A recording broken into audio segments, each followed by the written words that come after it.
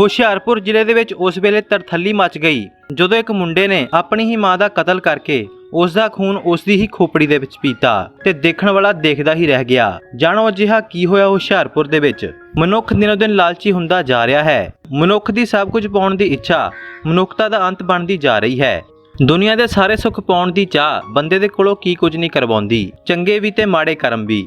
ਪਰ ਜ਼ਿਆਦਾਤਰ ਮਾੜੇ ਕਰਮਾਂ ਦਾ ਰੁਝਾਨ ਵੱਧਦਾ ਚੱਲਿਆ ਜਾ ਰਿਹਾ ਹੈ।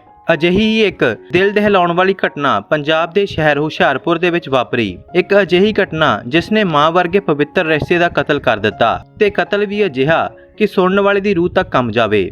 ਹੁਸ਼ਿਆਰਪੁਰ ਜ਼ਿਲ੍ਹੇ ਦੇ ਇੱਕ ਪਿੰਡ ਦੀ ਇਹ ਘਟਨਾ 1993 ਦੀ ਹੈ, ਜਦੋਂ ਔਲਾਦ ਦੀ ਚਾਹ ਦੇ ਵਿੱਚ ਪੁੱਤਰ ਨੇ ਆਪਣੀ ਹੀ ਮਾਂ ਦੀ ਬਲੀ ਦੇ ਦਿੱਤੀ। ਹਰਸ਼ੀਨਾ ਨਾਮ ਦਾ ਵਿਅਕਤੀ MA ਪਾਸ ਸੀ ਤੇ ਪਰਿਵਾਰ ਦੇ ਵਿੱਚ 4 ਭੈਣਾਂ ਤੇ 2 ਭਰਾ ਸੀ। ਮਾਂ ਨੇ ਆਪਣੇ ਪੁੱਤਰ ਹਰਸ਼ੀਨੇ ਨੂੰ ਬੜੀ ਮੁਸ਼ਕਲਾਂ ਤੇ ਚਾਵਾਂ ਦੇ ਨਾਲ ਪੜ੍ਹਾਇਆ ਲਿਖਾਇਆ ਸੀ। ਨੌਕਰੀ ਵੀ ਬੜੀ ਮੁਸ਼ਕਲ ਦੇ ਨਾਲ ਮਿਲੀ ਸੀ। ਦੂਜਾ ਭਰਾ ਫੌਜ ਦੇ ਵਿੱਚ ਸੀ, ਜਿਸ ਦੀ ਪੋਸਟਿੰਗ ਪਠਾਨਕੋਟ ਵਾਲੀ ਸਾਈਡ ਦੇ ਉੱਤੇ ਸੀ। ਘਰ ਦੇ ਵਿੱਚ ਹਰਸ਼ੀਨਾ ਉਸ ਦੀ ਮਾਂ ਹੀ ਰਹਿੰਦੇ ਸਨ।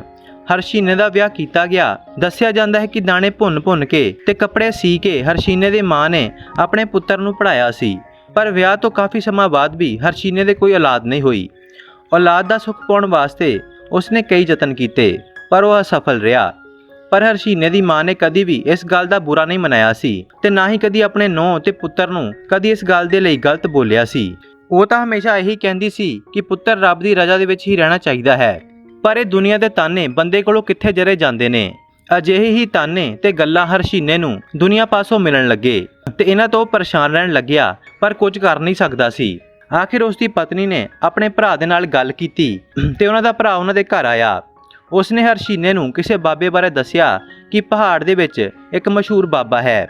ਸੋ ਹਰਸ਼ੀਨੇ ਦੇ ਨਾਲ ਉਸ ਦਾ ਸਾਲਾ ਉਸ ਪਹਾੜੀ ਤਾਂਤਰਿਕ ਦੇ ਕੋਲ ਪਹੁੰਚਿਆ ਤੇ ਜਾ ਕੇ ਆਪਣੀ ਸਾਰੀ ਗੱਲ ਦੱਸੀ। ਬਾਬੇ ਨੇ ਤਾਂ ਪਹਿਲਾਂ ਇਹ ਕਹਿ ਦਿੱਤਾ ਕਿ ਤੇਰੇ ਕਦੀ ਔਲਾਦ ਨਹੀਂ ਹੋਣੀ, ਪਰ ਜ਼ੋਰ ਪਾਉਣ ਤੇ ਬਾਬੇ ਨੇ ਕਿਹਾ ਕਿ ਇੱਕ ਰਸਤਾ ਹੈ, ਪਰ ਉਹ ਤੁਹਾਡੇ ਕੋਲੋਂ ਹੋ ਨਹੀਂ ਪਾਉਣਾ ਤੇ ਨਾ ਹੀ ਤੁਸੀਂ ਕਰਨਾ ਹੈ, ਕਿਉਂਕਿ ਉਹ ਬਹੁਤ ਮੁਸ਼ਕਿਲ ਹੈ। ਪਰ ਹਰਸ਼ੀਨੇ ਨੇ ਕਿਹਾ ਕਿ ਆਪਣੀ ਔਲਾਦ ਦੇ ਲਈ ਮੈਂ ਸਭ ਕੁਝ ਕਰਾਂਗਾ। ਤਾਂਤਰਿਕ ਨੇ ਉਸ ਨੂੰ ਅਜਿਹੀ ਗੱਲ ਕਰਨ ਵਾਸਤੇ ਕਿਹਾ ਜਿਸ ਨੂੰ ਸੁਣ ਕੇ ਹਰਸ਼ੀਨਾ ਇੱਕਦਮ ਚੁੱਪ ਜਿਹਾ ਹੋ ਗਿਆ। ਤਾਂਤਰਿਕ ਨੇ ਕਿਹਾ ਕਿ ਤੈਨੂੰ ਆਪਣੀ ਮਾਂ ਦੀ ਖੋਪੜੀ ਦੇ ਵਿੱਚ ਉਸ ਦਾ ਖੂਨ ਪੀਣਾ ਪਵੇਗਾ, ਫਿਰ ਤੇਰੇ ਘਰ ਔਲਾਦ ਹੋਵੇਗੀ। ਇਸ ਤੋਂ ਇਲਾਵਾ ਤੇਰੇ ਕੋਲ ਹੋਰ ਕੋਈ ਰਸਤਾ ਨਹੀਂ ਹੈ। ਇਹ ਗੱਲ ਸੁਣ ਕੇ ਉਹ ਬਿਨਾਂ ਕੁਝ ਬੋਲੇ ਉੱਥੋਂ ਵਾਪਿਸ ਆ ਗਏ ਤੇ ਘਰ ਆਉਣ ਤੇ ਆਪਣੀ ਪਤਨੀ ਨੂੰ ਸਾਰੀ ਗੱਲ ਦੱਸੀ। ਸੋ 2 ਦਿਨਾਂ ਤੱਕ ਤਾਂ ਕੋਈ ਗੱਲਬਾਤ ਨਹੀਂ ਹੋਈ, ਪਰ ਤੀਸਰੇ ਦਿਨ ਹਰਸ਼ੀਨੇ ਦੀ ਪਤਨੀ ਤੇ ਸਾਲੇ ਨੇ ਉਸ ਦੇ ਉੱਤੇ ਜ਼ੋਰ ਪਾਇਆ। ਪਰ ਹਰਸ਼ੀਨਾ ਇਸ ਗੱਲ ਦੇ ਲਈ ਤਿਆਰ ਨਹੀਂ ਸੀ ਕਿ ਕਿਵੇਂ ਉਹ ਆਪਣੀ ਮਾਂ ਨੂੰ ਮਾਰ ਸਕਦਾ ਹੈ। ਪਰ ਉਸ ਦੀ ਪਤਨੀ ਦੇ ਬਾਰ-ਬਾਰ ਜ਼ੋਰ ਪਾਉਣ ਤੇ ਉਹ ਕਲਯੁਗੀ ਪੁੱਤਰ ਮੰਨ ਗਿਆ। ਸੋ ਉਸ ਤੋਂ ਅਗਲੇ ਹੀ ਦਿਨ ਉਹਨਾਂ ਤਿੰਨਾਂ ਨੇ ਪਲਾਨ ਬਣਾਇਆ ਕਿ ਕਦੋਂ ਤੇ ਕਿਸ ਤਰ੍ਹਾਂ ਉਸ ਦੀ ਮਾਂ ਨੂੰ ਮਾਰਨਾ ਹੈ। ਪਰ ਉਹਨਾਂ ਦਾ ਇਹ ਪਲਾਨ ਉਸ ਦੀ ਮਾਂ ਨੇ ਸੁਣ ਲਿਆ ਤੇ ਉਹ ਬਹੁਤ ਡਰ ਗਈ ਕਿ ਮੇਰੇ ਪੁੱਤਰ ਮੈਨੂੰ ਕਿਵੇਂ ਮਾਰ ਸਕਦਾ ਹੈ। ਉਹਨਾਂ ਵੇਲਿਆਂ ਦੇ ਵਿੱਚ ਫੋਨ ਤਾਂ ਨਹੀਂ ਸਨ ਤੇ ਨਾ ਹੀ ਇੰਨਾ ਟਾਈਮ ਸੀ ਕਿ ਉਹ ਆਪਣੇ ਕਿਸੇ ਮੁੰਡੇ ਜਾਂ ਫਿਰ ਕੁੜੀ ਨੂੰ ਖੱਤ ਜਾਂ ਪੱਤਰ ਲਿਖ ਕੇ ਬੁਲਾ ਲਵੇ। ਸੋ ਇੱਕ ਡਰ ਦੇ ਵਿੱਚ ਉਹ ਆਪਣੇ ਗੁਆਂਢੀਆਂ ਦੇ ਗਈ ਤੇ ਕਹਿਣ ਲੱਗੀ ਕਿ ਮੇਰੇ ਪੁੱਤਰ ਨੇ ਮੈਨੂੰ ਅੱਜ ਰਾਤ ਨੂੰ ਮਾਰ ਦੇਣਾ ਹੈ, ਮੈਨੂੰ ਆਪਣੇ ਘਰੇ ਸੁਲਾ ਲਵੋ।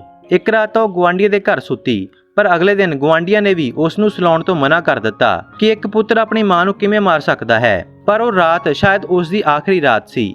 ਰਾਤ ਦੇ 10 ਕੁ ਵਜੇ ਸਨ। ਕੋਈ ਕਾਰਨ ਬਣਾ ਕੇ ਉਹਨਾਂ ਨੇ ਆਪਣੀ ਮਾਂ ਨੂੰ ਬਾਹਰ ਵਿਹੜੇ ਦੇ ਵਿੱਚ ਬੁਲਾ ਲਿਆ ਤੇ ਹਰਸ਼ੀਨੇ ਨੇ ਇੱਕ ਰੋਡ ਆਪਣੀ ਮਾਂ ਦੇ ਸਿਰ ਦੇ ਵਿੱਚ ਮਾਰੀ। ਜ਼ਖਮੀ ਹੋਈ ਮਾਂ ਨੇ ਹਰਸ਼ੀਨੇ ਨੂੰ ਕਿਹਾ ਕਿ ਪੁੱਤਰ ਮੈਨੂੰ ਮਾਰਨਾ।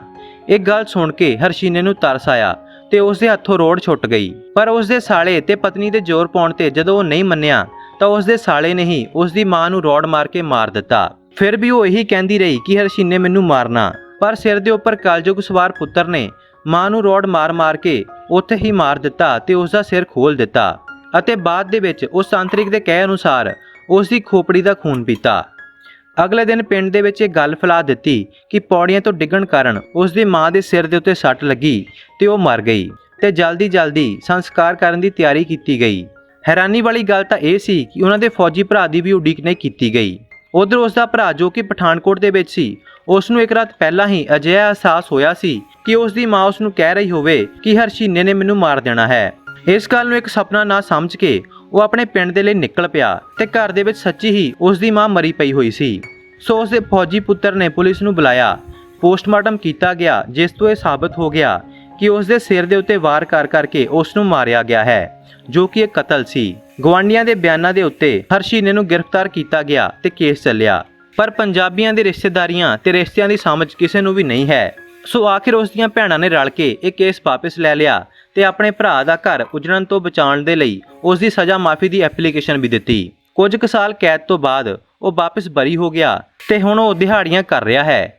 ਔਲਾਦ ਦਾ ਸੁੱਖ ਪਾਉਣ ਵਾਸਤੇ ਆਪਣੀ ਮਾਂ ਨੂੰ ਹੀ ਮਾਰ ਦੇਣਾ, ਆਪਣੀ ਮਾਂ ਦੀ ਬਲੀ ਹੀ ਦੇ ਦੇਣਾ, ਇਹ ਕਿਤੇ ਵੀ ਜਾਇਜ਼ ਨਹੀਂ ਹੈ। ਇਹ ਕਲਯੁਗ ਦੀ ਇੱਕ ਮਾੜੀ ਸੋਚ ਤੇ ਨਿਸ਼ਾਨੀ ਹੈ ਜਿਸ ਨੂੰ ਸਾਰਾ ਜਗਤ ਅੱਜ ਤੱਕ ਨਕਾਰ ਰਿਹਾ ਹੈ।